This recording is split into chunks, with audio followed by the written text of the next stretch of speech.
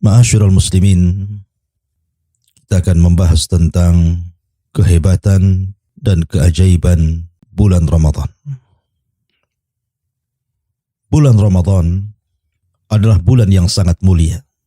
Kemuliaan bulan Ramadan menjangkau seluruh bulan-bulan dalam 12 bulan.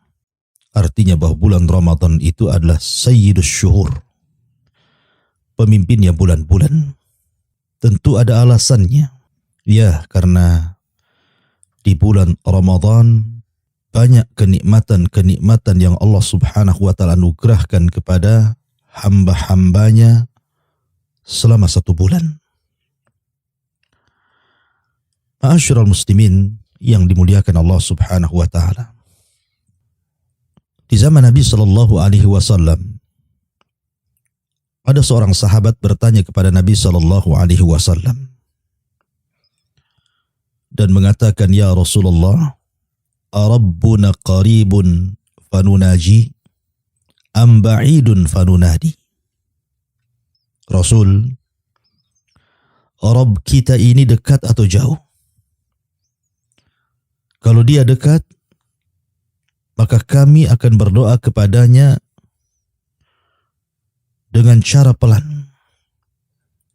Tetapi kalau Rabb kita jauh, maka kami akan memanggilnya. Maka Nabi SAW terdiam sampai datang Jibril. Kemudian Jibril alaihi salatu wassalam membawa wahyu Allah Subhanahu wa taala dan menyuruh Nabi SAW mengatakan, sesungguhnya Rabb kami dekat.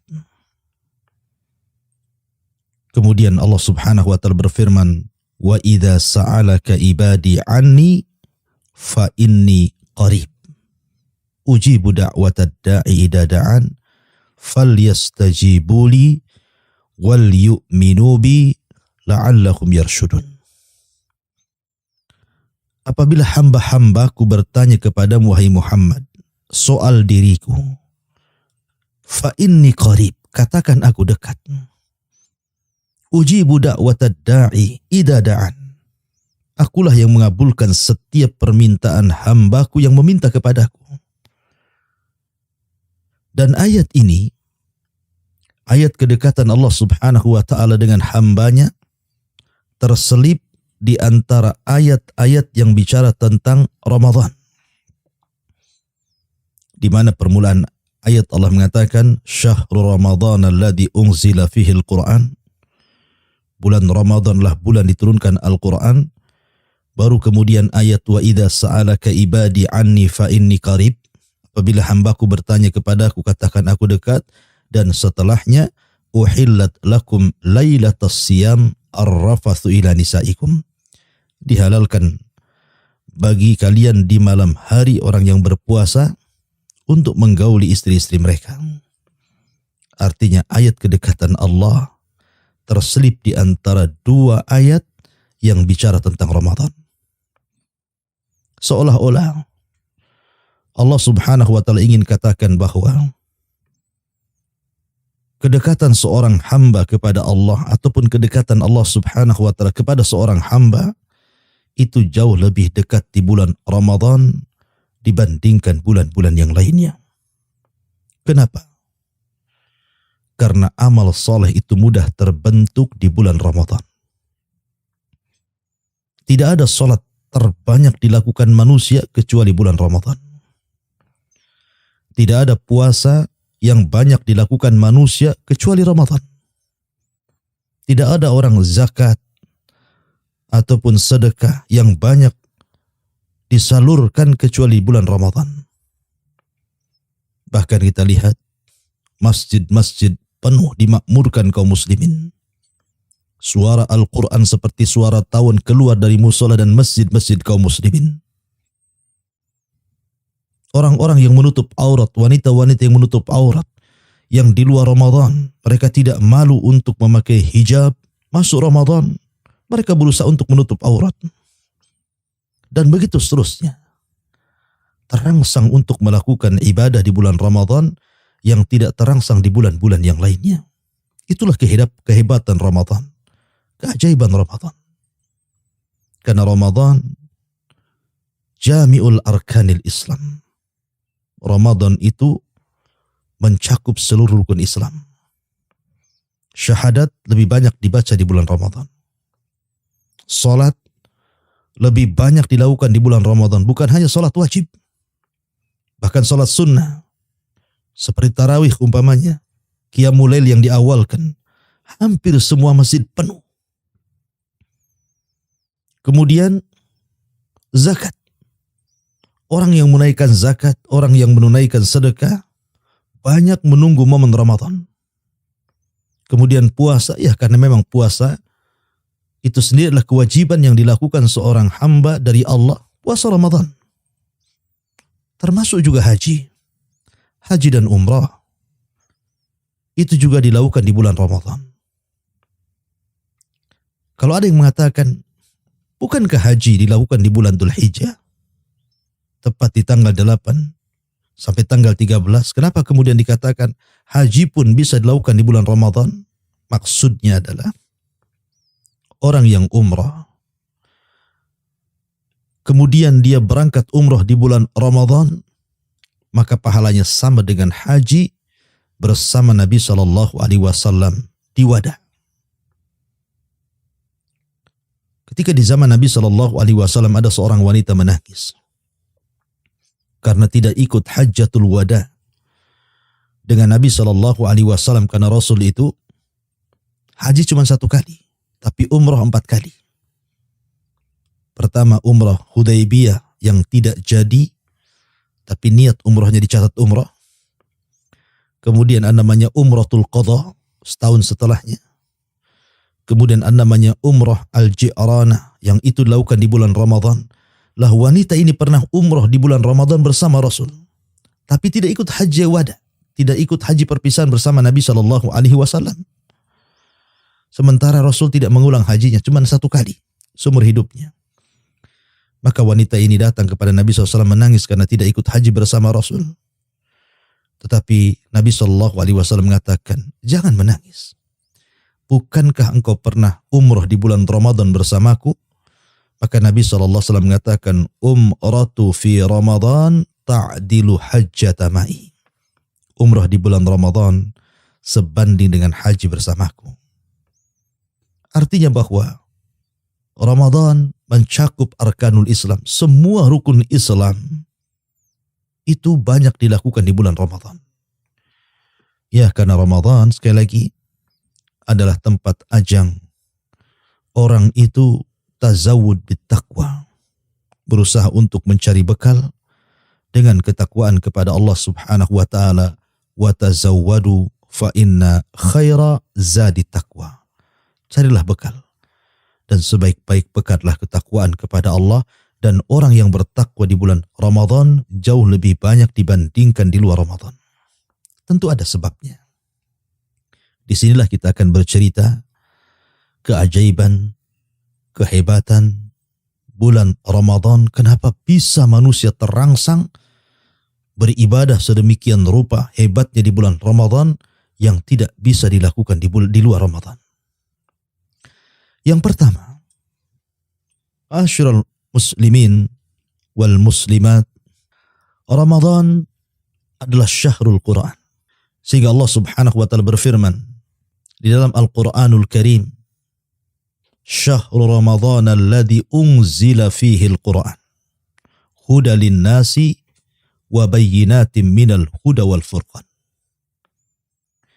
Bulan Ramadan lah bulan diturunkan Al-Qur'an, dan Al-Qur'an sendiri adalah petunjuk. Petunjuk bagi orang-orang yang hendak mencari petunjuk. Itulah Al-Qur'an. Dan Al-Qur'an itu mengangkat segalanya. Dengan Al-Qur'an seseorang bisa terangkat. Dengan Al-Qur'an malam bisa terangkat, bulan bisa terangkat. Karena Al-Qur'an itu mengangkat segalanya. Innallaha yarfa'u bihadzal kitaba aqwaman. Sesungguhnya Allah Subhanahu wa taala mengangkat sebuah kaum dengan Al-Qur'an. Ketika Allah Subhanahu wa taala turunkan Al-Quran lewat malakul Jibril, lewat malaikat Jibril, maka Jibril menjadi sayyidul malaikah, pemimpinnya para malaikat. Ketika kemudian Allah Subhanahu wa taala turunkan Al-Quran kepada Nabi sallallahu alaihi wasallam, maka Nabi sallallahu alaihi wasallam menjadi sayyidul awwalin wal akhirin, bahkan sayyidul anbiya wal mursalin, pemimpinnya para nabi dan rasul. Ketika Al-Quran turun di malam Lailatul Qadar, maka malam itu menjadi sayyidul lail, pemimpinnya malam-malam. Ketika Al-Quran turun di bulan Ramadan, maka Ramadan menjadi sayyidus syuhur, pemimpinnya bulan-bulan. Anda bisa bayangkan, kalau Al-Quran mengangkat derajat Jibril sehingga menjadi pemimpin para malaikat, mengangkat derajat Rasul sehingga menjadi pemimpin para nabi dan Rasul, mengangkat malam Lailatul Qadar sehingga malam itu malam terbaik dalam setahun, mengangkat bulan Ramadan sehingga kemuliaan Ramadan menjangkau seluruh kemuliaan bulan-bulan. Bagaimana kalau seandainya Al-Quran ini diletakkan dalam dada-dada Anda, diletakkan di dada-dada kaum muslimin, tentu akan terangkat derajatnya.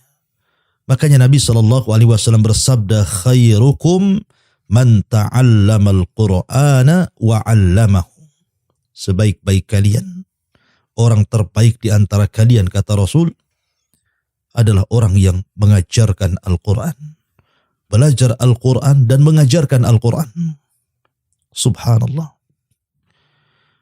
Di zaman Amirul Mukminin Umar bin Khattab radhiyallahu anhu, datang Amir Mekah menghadap Amirul Mukminin Umar bin Khattab radhiyallahu anhu. Ketika itu Umar bin Khattab radhiyallahu anhu bertanya kepada Amir Mekah ini, kau datang kepadaku, siapa yang menggantikan posisimu di Mekah? Maka Amir Mekah mengatakan, Abdurrahman ibn Abza, wahai Amirul Mukminin. Subhanallah. Umar bin Khattab tidak kenal Abdurrahman ibn Abza. Sehingga dia bertanya kepada Amir Mekah ini, siapa Abdurrahman ibn Abza itu? Maka Amir Mekah mengatakan, ya Amirul Mukminin, dulunya dia mantan budakku. Kemudian kumerdekakan dia dan kujadikan dia wakilku. Umar terperanjat dan mengatakan, apa tidak ada orang merdeka? Kenapa kau jadikan mantan budak untuk menjadi wakilmu? Maka kata Amir Mekah mengatakan, ya Amirul Mukminin, fa innahu alimun bi kitabillah wa alimun bi faraidillah. Karena Abdurrahman ibn Abza itu, wahai Amirul Mukminin, dia pakar dengan Quran, ahlinya Al-Quran, dan dia juga mengetahui ilmu faraid. Dan dia apabila berhukum, maka dia akan menghukum manusia dengan keadilan. Kata Umar bin Khattab, subhanallah, sadaqan Nabi sallallahu alaihi wasallam hina yaqul yarfa'u bihadzal kitab aqwaman wa yada'al akharin. Subhanallah. Sungguh benar apa yang disabdakan Nabi sallallahu alaihi wasallam. Terkadang Allah Subhanahu wa taala mengangkat sebuah kaum karena Al-Qur'an dan merendahkan yang lainnya pun karena Al-Quran. Al-Quran mengangkat segalanya. Makanya Ramadan menjadi mulia karena ada malam Lailatul Qadar. Dan malam Lailatul Qadar menjadi mulia karena turunnya Al-Quran. Inilah keajaiban dan kehebatan bulan Ramadan. Oleh karena itulah maka jangan pernah meninggalkan Al-Quran di bulan Ramadan. Karena di zaman Nabi Shallallahu Alaihi Wasallam, apabila datang bulan Ramadan, maka akan terdengar suara Al-Quran di rumah-rumah kaum muslimin. Seperti suara tawon yang keluar dari rumah-rumah kaum muslimin. Tidak ada satupun bait, satu rumah min buyutil muslimin, dari rumah-rumah kaum muslimin fi zamanin Nabi Shallallahu Alaihi Wasallam, di zaman Rasul, kecuali mereka mengumandangkan tilawatil Quran di rumah-rumah mereka di bulan Ramadan. Bahkan bukan hanya di bulan Ramadan, di luar Ramadan pun sama. Sampai-sampai Nabi Shallallahu Alaihi Wasallam suatu malam keluar kemudian melewati rumahnya Abu Musa al-Ash'ari radhiyallahu an. Didengarnya suara Abi Musa itu sedang membaca Al-Quran. Subhanallah, indah suaranya. Sampai Rasul tertegun sehingga kemudian Rasul berdiri di samping rumah Abu Musa al-Ash'ari tanpa sadar waktu pun kemudian mendekati waktu fajar. Maka Nabi bergegas pulang kemudian melaksanakan sholat subuh berjamaah.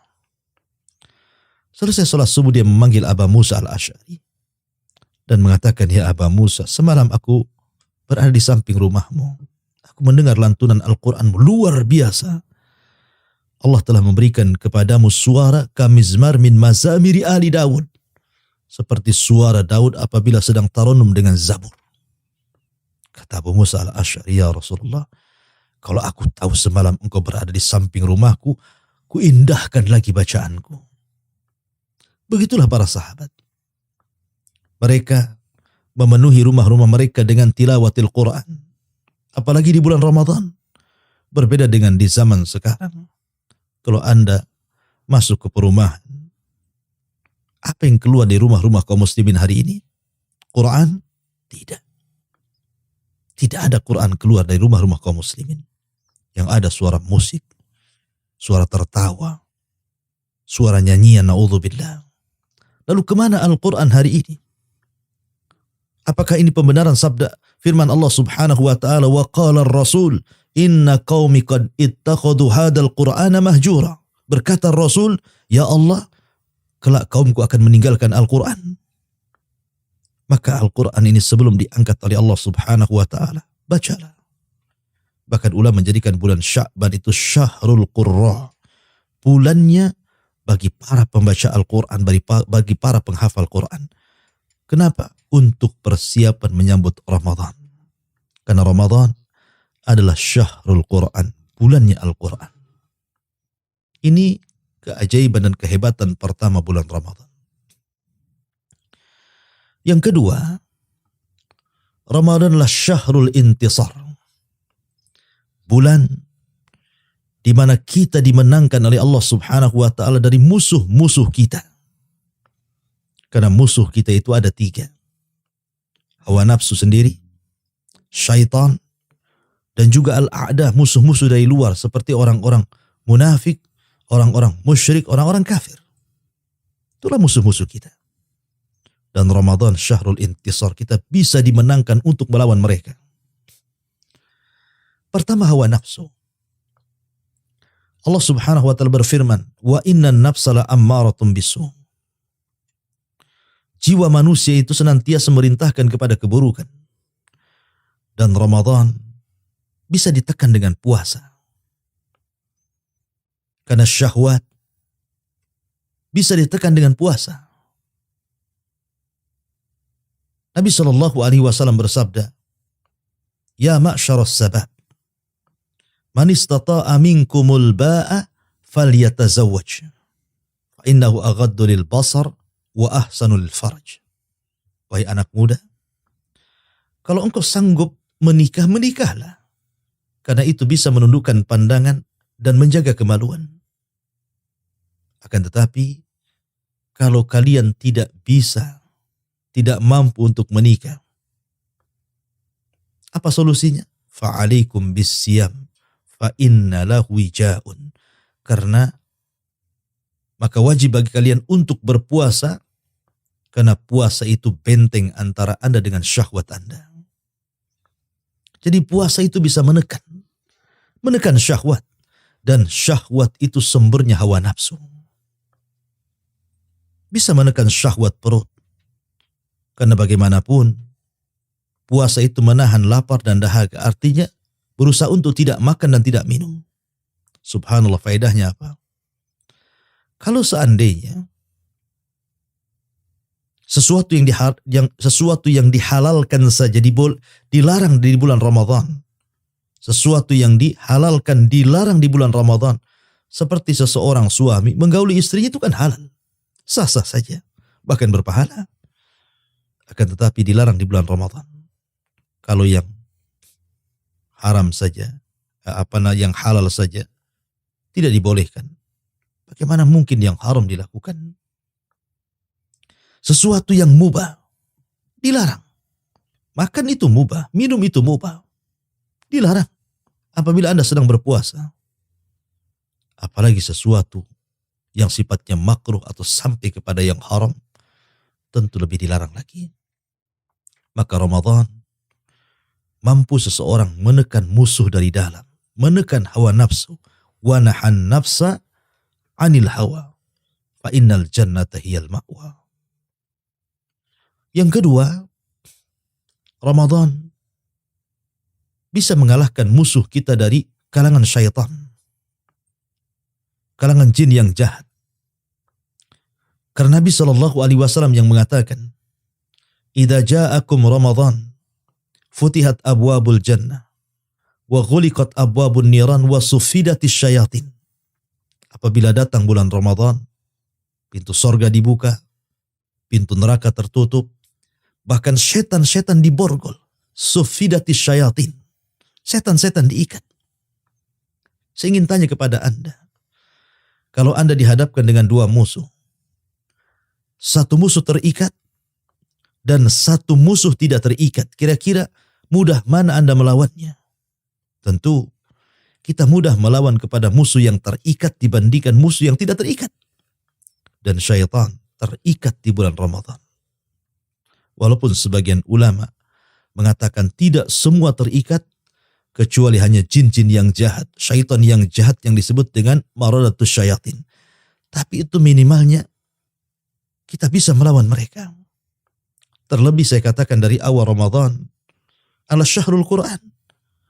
Dan orang yang membaca Al-Quran paling dibenci oleh syaitan. Makanya orang ketika meruqyah yang dibacakan apa? Al-Quran. Bahkan Nabi SAW mengatakan apabila Al-Quran atau surah Al-Baqarah dibaca di rumah setiap kaum muslimin, maka membuat setan lari. Artinya, selain daripada setan diikat di bulan Ramadan, maka Ramadan syahrul Quran, bulan yang sangat dibenci syaitan. Dan ketika setan disempitkan ruang langkahnya untuk menggoda Bani Adam, maka manusia mudah untuk berzikir di bulan Ramadan. Karena orang yang dihindarkan dari gangguan syaitan, maka lisannya akan mudah berzikir. Ramadan syahrul dzikri. Jadikan Ramadan bulan berzikir.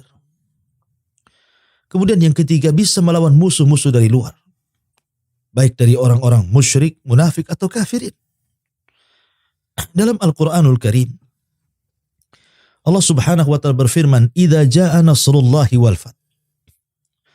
Apabila datang kemenangan Allah Subhanahu wa taala dan juga Fathu Mekah. Sebagian ahli tafsir mengatakan bahwa Nasrullah dalam ayat ini adalah Ghazwatu Badrin, perang Badar. Adapun wal fath di sini artinya adalah Fathu Mekah. Artinya apabila datang kemenangan Allah di Badar dan kemenangan Allah saat Fathu Mekah, pembebasan kota Mekah.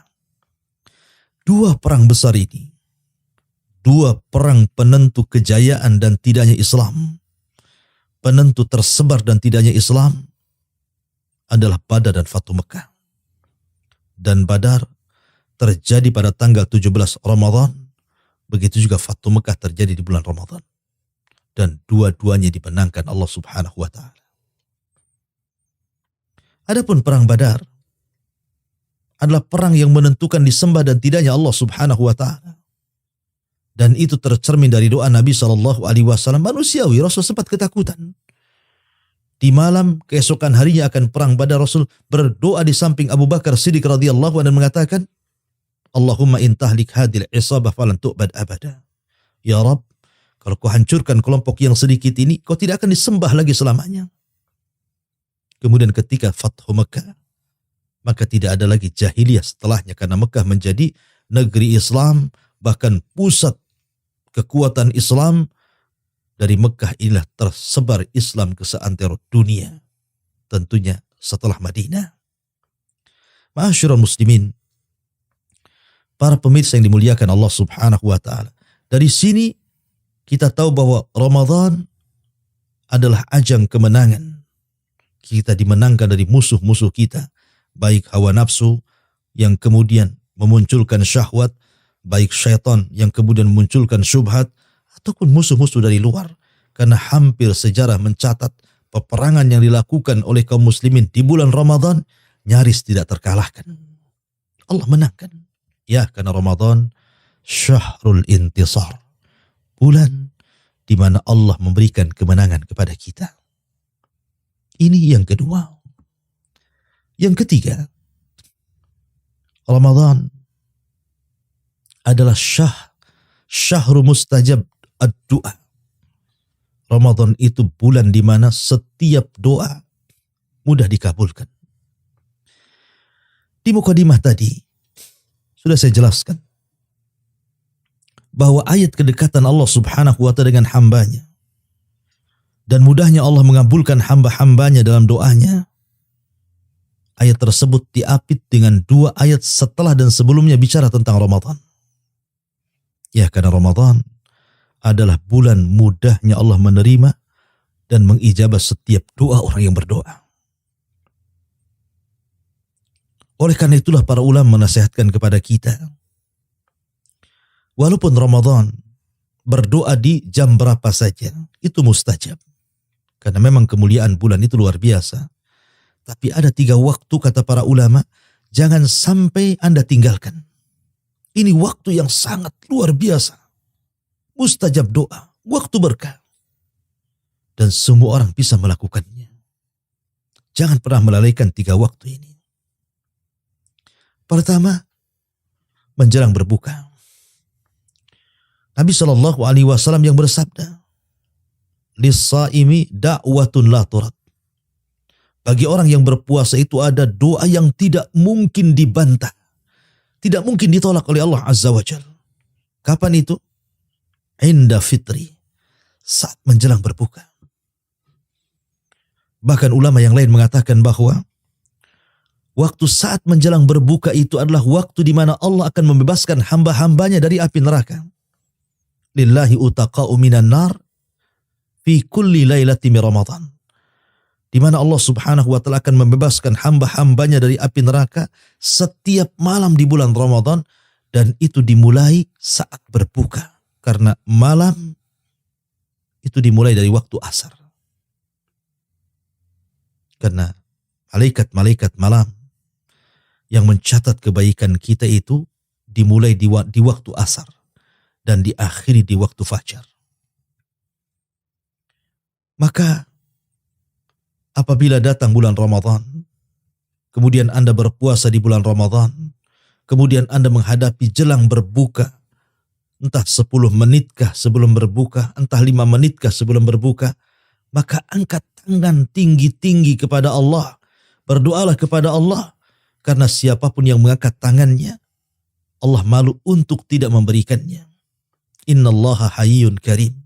Yastahi min abdihi idza rafa'a yadayhi an yaruddahuma sifra. Allah itu zat yang maha malu, tapi juga zat yang maha pemurah. Allah malu apabila hambanya mengangkat kedua tangannya ke langit, kemudian dibiarkan kosong, tidak diberikan apapun. Allah malu. Maka angkatlah tangan Anda menjelang berbuka. Berdoalah kepada Allah. Ya Allah, bebaskan suamiku dari neraka. Ya Allah, bebaskan istriku dari neraka. Ya Allah, bebaskan orang tuaku dari neraka. Ya Allah, bebaskan anak-anakku dari neraka. Ya Allah, bebaskan orang-orang yang kucintai dari neraka. Harusnya itu yang kita lakukan. Tapi betapa banyak orang-orang yang melalaikan saat menjelang berbuka. Sama sekali tidak memperhatikan. Itu waktu yang sangat luar biasa, mustajab doa. Dan itu permulaan Allah mencatat hamba-hambanya yang akan dimerdekakan pada hari kiamat dari neraka. Dan ingat, faman zuhziha 'anil nar wa udkhilal jannah faqad faz. Siapapun yang dibebaskan oleh Allah dari neraka dan dimasukkan ke dalam surga, itulah kesuksesan yang nyata. 1. Yang kedua, sepertiga malam akhir. Jangan pernah Anda tinggalkan. Karena Allah Subhanahu wa ta'ala turun di sepertiga malam akhir. Yanzilu Rabbuna ila sama'id dunya fi kulli thuluthil lailil akhir wa dhalika kulla lailatin. Faqala li ibadihi Man yad'uni fa astajibalah, wa man yas'aluni fa u'tiyah, wa man yastaghfiruni fa aghfiralah, kata Rasul. Sungguhnya Allah Subhanahu wa taala turun setiap malam dari atas ke langit dunia, dan itu dilakukan setiap malam pada sepertiga malam akhir. Kemudian Allah akan berfirman, siapa yang berdoa aku kabulkan, siapa yang meminta aku akan berikan permintaannya, siapa yang meminta ampun ku ampuni dosa-dosanya. Saya kira di bulan Ramadan orang bangun di sepertiga malam akhir itu sangat mudah. Karena pasti orang itu akan bangun di sepertiga malam akhir. Kenapa saya katakan pasti bangun? Karena itu waktu sahur. Waktu sahur, waktu berkah. Tasahharu fa inna fi sahurikum barakah. Sahurlah kalian karena pada sahur itu terdapat berkah. Dan berkah itu luzumul khair wastiqraru. Tetapnya kebaikan dan bertambahnya kebaikan. Itulah berkah. Maka sepertiga malam akhir adalah waktu berkah. Dan berkah sesuatu yang sangat dicari manusia. Sampai Nabi SAW selalu menyebut-nyebut kalimat berkah. Dalam salam, Assalamualaikum warahmatullahi wabarakatuh. Wabarakatuh artinya berkah. Meminta keberkahan. Dalam doa kunut, wabarik lana fi ma'atait. Ya Allah, berikan kepada kami keberkahan. Dalam setiap Nabi SAW apabila datang dari safar kemudian melihat gerbang Madinah, maka Rasul berdoa, Allahumma barik li madinatina. Allahumma barik li sa'ina wa muddina. Ya Allah, berkahilah kepada Madinah kami. Apabila Nabi SAW datang kepada orang yang baru melaksanakan akad nikah, maka Rasul mengajarkan kepada kita, barakallahu lakuma wa baraka alaikuma wa jama bainakuma fi khairin. Berkah yang dicari. Dan sahur adalah waktu berkah.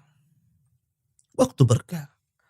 Maka sisakan waktu sahur itu. Sebelum atau sudah sahur, sebelum subuh.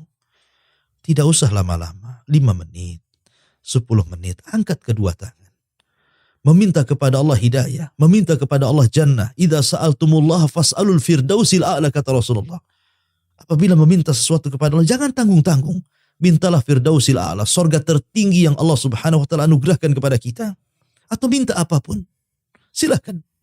Itu waktu mustajab doa. Minta kebaikan.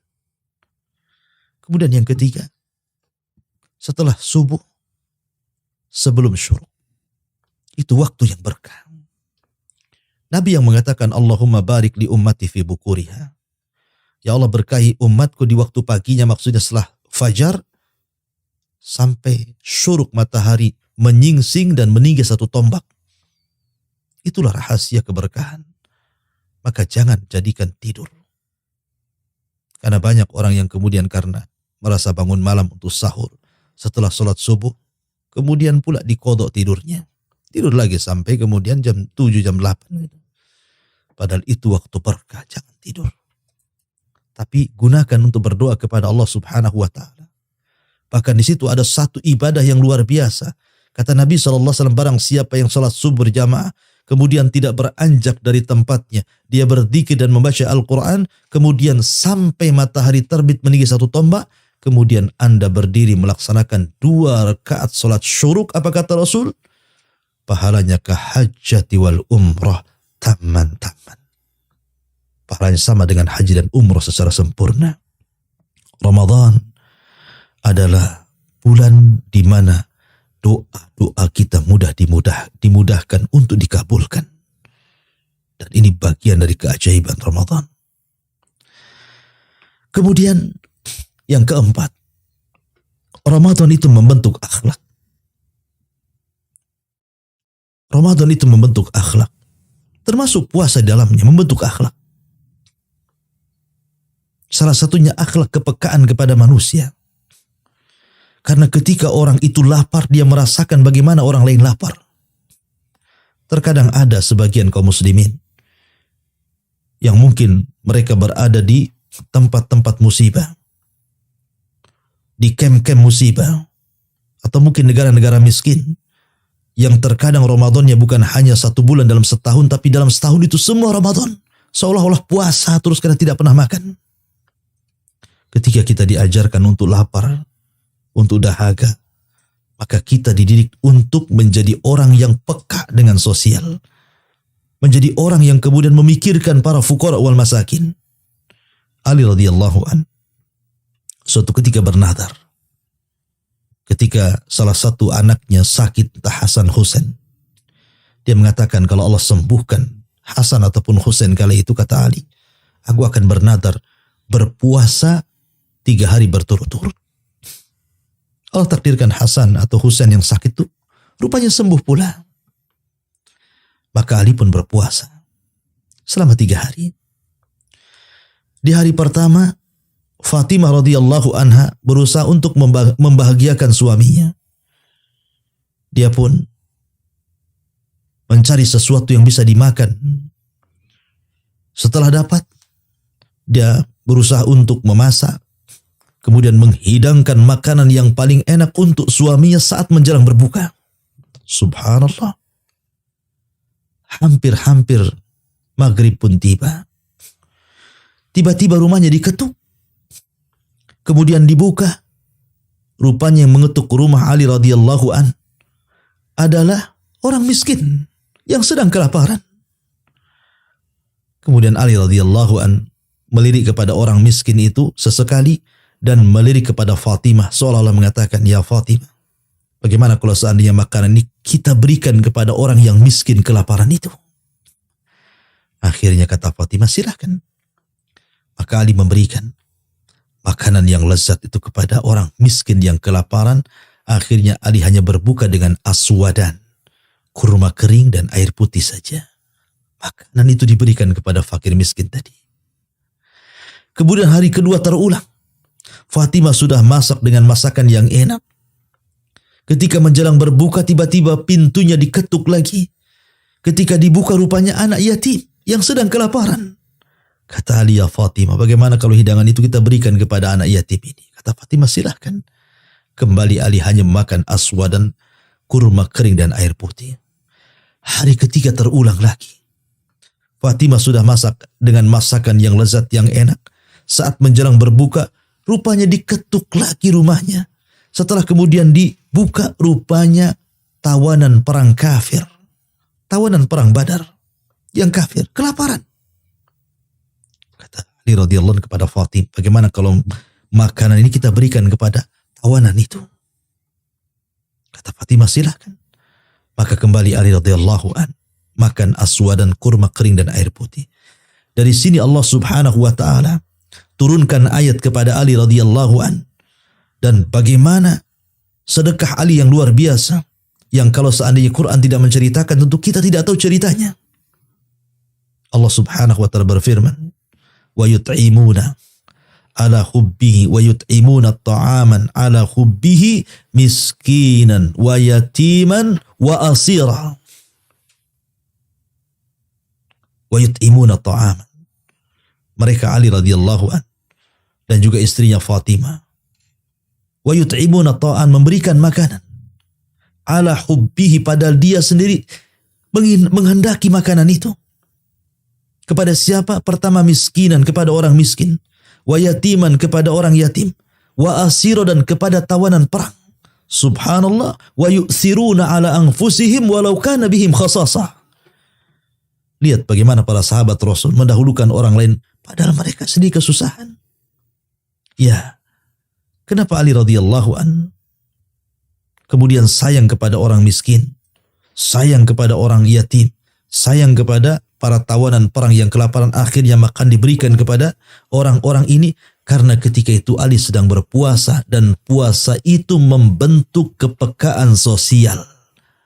Gara-gara puasa akhirnya cinta dengan fuqara wal masakin. Karena puasa itu membentuk akhlak. Puasa itu membentuk akhlak. Ya, luar biasa. Itulah keajaiban Ramadan. Dan yang terakhir, karena waktu juga, banyak sebenarnya pembahasan tentang keajaiban dan kehebatan Ramadan. Yang terakhir, Ramadan adalah syahru al-maghfirah wa rahmah. Bulan di mana ampunan Allah subhanahu wa ta'ala melimpah di bulan Ramadan. Dan rahmat Allah menyebar di bulan Ramadan. Kalau kita perhatikan ibadah yang sangat penting ataupun ibadah inti di bulan Ramadan, tentu selain melaksanakan kewajiban Allah Azza wa Jalla adalah 3: puasa, tarawih, kemudian menghidupkan malam Lailatul Qadar. Dan 3-tiganya disebutkan dalam redaksi hadis Nabi SAW, man sama Ramadanan, wa fi riwayatin man qama Ramadanan, wa fi riwayatin man qama lailata qadrin imanan wa ihtisaban ghufira lahu ma taqaddama min dambi. Barang siapa yang berpuasa, dalam riwayat barang siapa yang salat tarawih, dalam riwayat barang siapa yang menghidupkan malam Lailatul Qadar imanan wa ihtisaban, penuh dengan iman, meyakini perintahnya, meyakini anjurannya, wahtisaban, dan mengharap pahala Allah Azza wa Jalla. Apa yang terjadi? Ghufira lahu ma taqaddama min dambi. Maka Allah akan ampuni dosa-dosanya apa yang sudah berlalu. Subhanallah. Dengan kita berpuasa Allah mengampuni dosa kita. Dengan salat tarawih Allah mengampuni dosa kita. Dengan menghidupkan malam Lailatul Qadar Allah mengampuni dosa kita. Ya, karena Ramadan juga terdiri dari 3 kata ra, mim, dad. Ramadan. Ramadan yarmadu. Artinya membakar. Apa yang dibakar di bulan ini? Yang dibakar adalah yarmadu dzunub, di mana dosa-dosa kita dibakar selama Ramadan. Sehingga keluar Ramadan saja, kalau kita selama Ramadan meminta ampunan kepada Allah Azza wa Jalla, maka kita seperti bayi yang baru dilahirkan. Tapi anehnya, banyak orang-orang yang masuk di bulan Ramadan, masuk di awal Ramadan, dan dia sukses sampai hidup di akhir Ramadan, keluar Ramadan 1 dosa pun tidak diampuni. Na'udzubillah. Sampai Jibril berdoa kepada Allah, ragima anfu rajulin, thumma ragima anfu rajulin, thumma ragima anfu rajulin, adraka Ramadan falam yughfar min dunubi. Celaka dan binasa, celaka dan binasa, celaka dan binasa orang yang masuk bulan Ramadan 1 dosa pun tidak diampuni, kata Jibril. Kata Nabi SAW, fakultu amin, aku aminkan doanya. Oleh karena itulah maka ini kesempatan emas.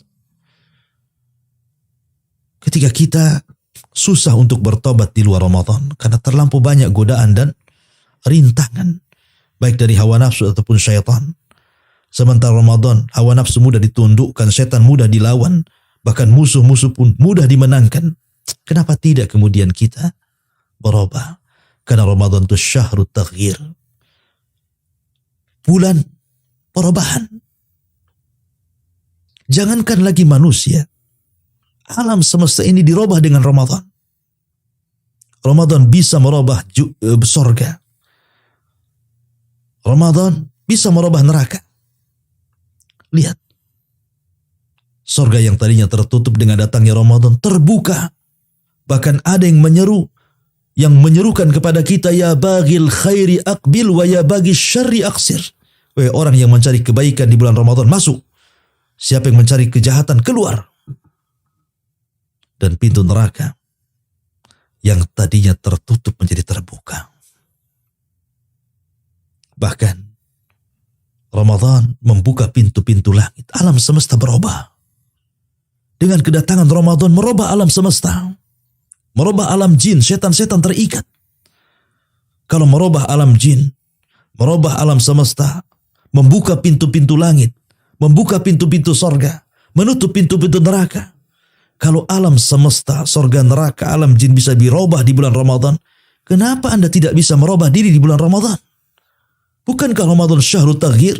Bulan kita bisa merubah diri kita dari yang tidak baik menjadi yang baik. Aneh kalau tidak bisa berubah. Ini di antara keajaiban Ramadan. Kehebatan bulan Ramadan. Oleh karena itulah maka berdoalah kepada Allah Subhanahu wa ta'ala agar kita diberikan usia sehingga kaki kita bisa menginjak bulan Ramadan. Bagaimanapun kesempatan kita di bulan Ramadan ini untuk watazawwadu fa inna khaira zadi taqwa. Berbekalah kalian karena tidak ada bekal terbaik kecuali takwa. Dan inti daripada puasa adalah kutiba alaikumus siyam kama kutiba alal ladina min qablikum. Apa itu maksudnya? La'allakum tattaqun, agar kalian bertakwa. Wallahu a'lam bishawab.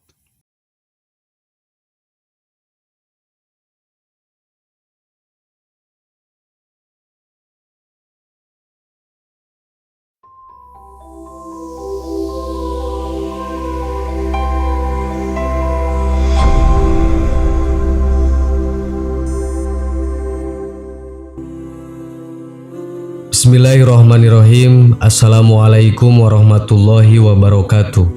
Sahabat yang beriman, insya Allah sebentar lagi kita akan memasuki bulan suci Ramadan. Bulan suci Ramadan memiliki banyak keistimewaan bila dibanding dengan 11 bulan lainnya. Segala macam keistimewaan itu pula yang tak akan bisa kita jumpai di bulan-bulan yang lain.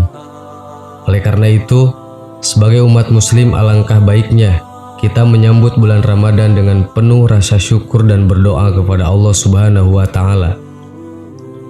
Sebab kita masih diberi kesempatan untuk merasakan indahnya bulan Ramadan dan masih diberi umur panjang. Oleh karena itu, jangan sampai kita menyia-nyiakan kesempatan yang sudah diberikan oleh Allah Subhanahu wa Ta'ala dengan berpuasa dan mengerjakan amal ibadah lainnya dengan bersungguh-sungguh. Berikut ini adalah beberapa contoh yang perlu kita lakukan untuk persiapan amalan dalam menyambut bulan suci Ramadan.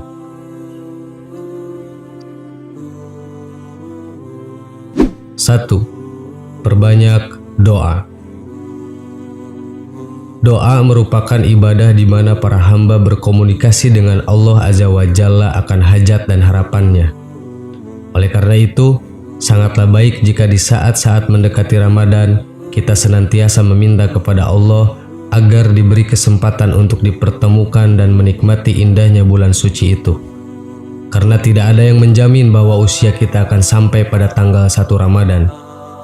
Para salaf dahulu memohon kepada Allah agar dipertemukan dengan bulan Ramadan sejak 6 bulan sebelumnya.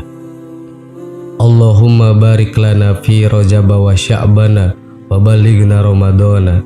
Ya Allah, berkahilah kami di bulan Rajab dan Sya'ban, serta sampaikanlah kami ke bulan Ramadan. Adalah salah satu doa yang masyhur dari para ulama salaf soleh rahimahullah. 2. Kaji ilmu mengenai Ramadan. Sebelum memasuki bulan Ramadan, sangat baik bila kita membekali diri dengan ilmu agama, terutama yang berkaitan dengan amalan-amalan wajib dan yang disunahkan Rasulullah SAW di bulan Ramadan, serta apa saja yang dimakruhkan dan juga yang dapat membatalkan puasa. Ini sangat penting agar kita mengetahui apa saja yang perlu kita lakukan dan kita hindari untuk memaksimalkan ibadah puasa kita nanti. Hal ini bisa dilakukan dengan berbagai cara, seperti mendengarkan ceramah atau tausiah di masjid ataupun radio yang membahas tentang bulan Ramadan. 3. Bayar puasa tahun lalu. Bagi kita yang puasa Ramadan tahun lalu ada bolongnya, tentu kita wajib untuk mengqodoknya. Dan yang namanya kewajiban sangat baik bila segera dilakukan dan tidak menunda-nundanya. Aisyah radhiyallahu an berkata, "Aku tidaklah mengqodok sesuatu pun dari apa yang wajib atasku dari bulan Ramadan, kecuali di bulan Sya'ban hingga wafatnya Rasulullah SAW." Hadis riwayat At-Tirmidzi, Ibnu Huzaimah dan Ahmad. Hadis sahih. 4. Membiasakan bersedekah. Bersedekah tidak akan mungkin membuat kita kekurangan harta, melainkan harta kita akan dilipat gandakan oleh Allah Subhanahu wa Ta'ala. Rasulullah SAW bersabda, harta tidak akan berkurang dengan bersedekah, dan seorang hamba yang pemaaf pasti akan Allah tambahkan kebaikan baginya. Hadis riwayat Muslim. Dan masih banyak lagi janji-janji Allah kepada hambanya yang rajin bersedekah. Di antaranya, dihapuskan dosa-dosanya, pahala yang berlipat ganda, terbebas dari siksa kubur, dijauhi dari api neraka, dan banyak lagi. Oleh karena itu, ketika kita sudah terbiasa bersedekah sebelum memasuki bulan Ramadan, kemungkinan besar untuk lebih banyak berbagi di bulan suci lebih besar lagi. 5. Bertaubat kepada Allah Subhanahu wa Ta'ala. Bertaubat kepada Allah dari segala dosa dan maksiat sangat perlu dilakukan menjelang datangnya bulan suci Ramadan. Karena pada bulan Ramadan nanti kita akan melakukan berbagai macam ibadah dan ketaatan kepada Allah. Sedangkan dosa dan maksiat dapat mengotori dan menutupi hati, sehingga membuat kita sulit beribadah dan beramal soleh. Syekh Fudail bin Iyad pernah berkata, "Jika engkau tidak mampu menunaikan sholat malam dan puasa di siang hari, maka ketahuilah bahwa engkau sebenarnya sedang dalam keadaan terhalang karena dosa-dosamu begitu banyak." Ada pula kisah tentang seseorang yang datang kepada Imam Ghazali untuk menanyakan kepada beliau mengenai sesuatu yang menyebabkannya tidak bisa bangun malam untuk mengerjakan sholat. Beliau pun menjawab, "Dosa-dosamu telah membelenggumu." Oleh karena itu, sebelum kita meniatkan diri dan hati kita untuk beribadah dan beramal soleh di bulan Ramadan nanti, hendaknya kita bertaubat terlebih dahulu, agar insya Allah segala bentuk ibadah dan amal soleh kita nanti dipermudah dan diterima oleh Allah Subhanahu wa Ta'ala. Sahabat yang beriman, itulah perilaku atau amalan yang hendak kita lakukan dalam menyambut datangnya bulan Ramadan. Semoga kita semua dipanjangkan umur oleh Allah dan bisa bertemu dengan bulan suci Ramadan tahun ini, agar bisa melaksanakan ibadah di bulan Ramadan dengan khusyuk. Amin. Wallahu a'lam. Wassalamualaikum warahmatullahi wabarakatuh.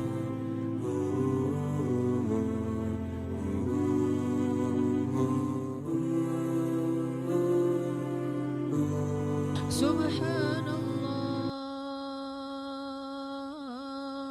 walhamdulillah wa la ilaha illallah wallahu akbar. Subhanallah